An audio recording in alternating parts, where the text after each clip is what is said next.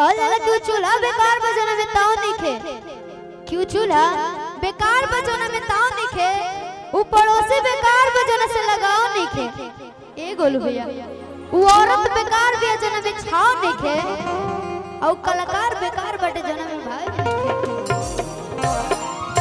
औरत के छाव भाव ये होखेला सजे निसन धजे निसन और बड़ी चुनहाली सन।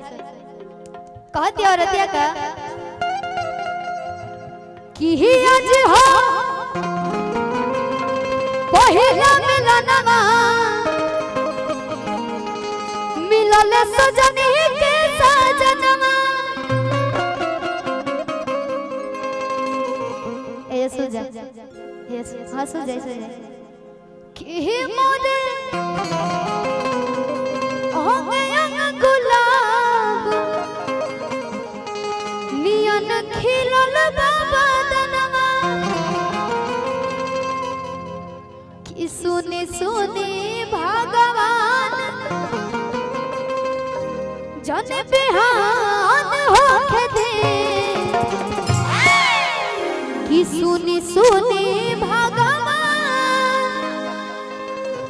जन बिहान होके दे।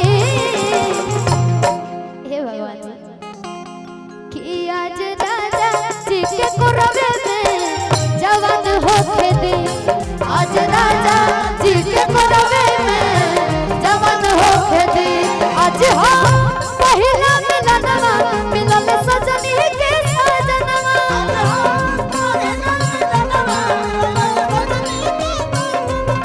मोरे अखियन गुलाब नियन खिलल बाबा दनवा।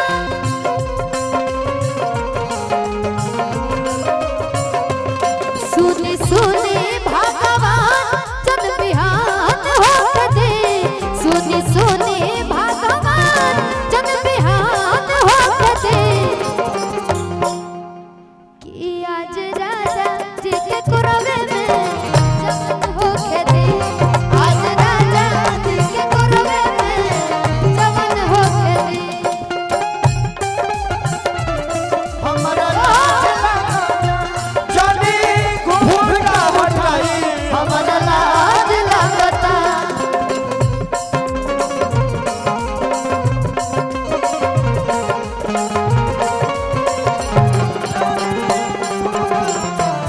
हमरा लाज लागता जाने घूमता उठाई।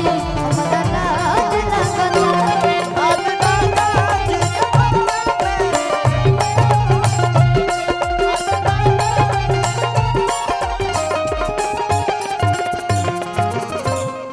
कहल जाला कि घर में भुड़की कपार में चुरकी और गाना में मुड़की ना और हो अच्छे ना शिवानी जी लगेगा। एक अंतरे तक ही हम लोग सीमित रहेंगे थोड़ा जी बिल्कुल। टाइम। हाँ एकरा बाद तने बहुत प्यार करते हैं तुमको सनम। बहुत प्यार करते हैं तुमको कसम चाहने खुदा की कसम। बहुत प्यार करते हैं तुमको सनम। बहुत प्यार आज दादा जवान होके दे। आज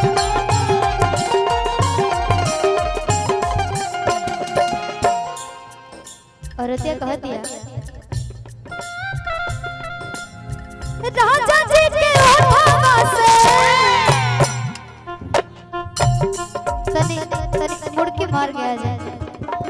हाँ जी मुड़की ना ये पूरा घुड़की मार दिया सब। अब देखल जाए होने खड़ा हो जाए। ये लोग के परीक्षा असली ऐसे होला। ई मुर्गी फार्म वाली मुर्गी है सब। वो देसी वाली ना।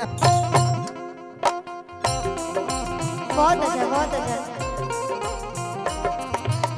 बात मायने नहीं के रखत कि करे होता कि ना मायने तो ये रखा था ना कि रोड़ा कोशिश तो करनी ना।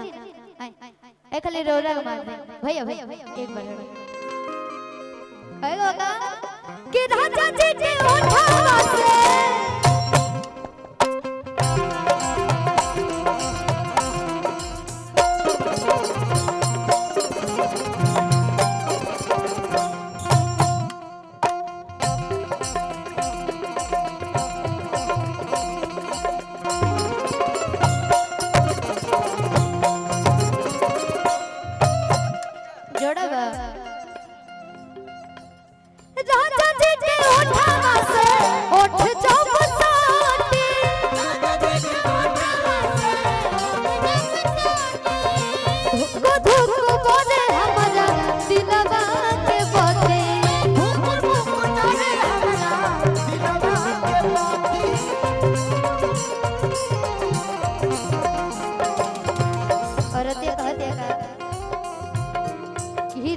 भर लभ के दरियवे में